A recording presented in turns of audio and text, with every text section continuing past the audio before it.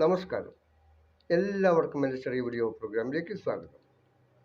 ഇന്ന് ഈ ചെറിയ വീഡിയോയിലൂടെ നിങ്ങളുമായി ഞാൻ പങ്കുവയ്ക്കുവാൻ പോകുന്നത് LDFിൻ്റെ ഭരണകാലത്തെ കേരളീയരുടെ സുവർണകാലം എന്നാണ് അറിയപ്പെടുന്നത്.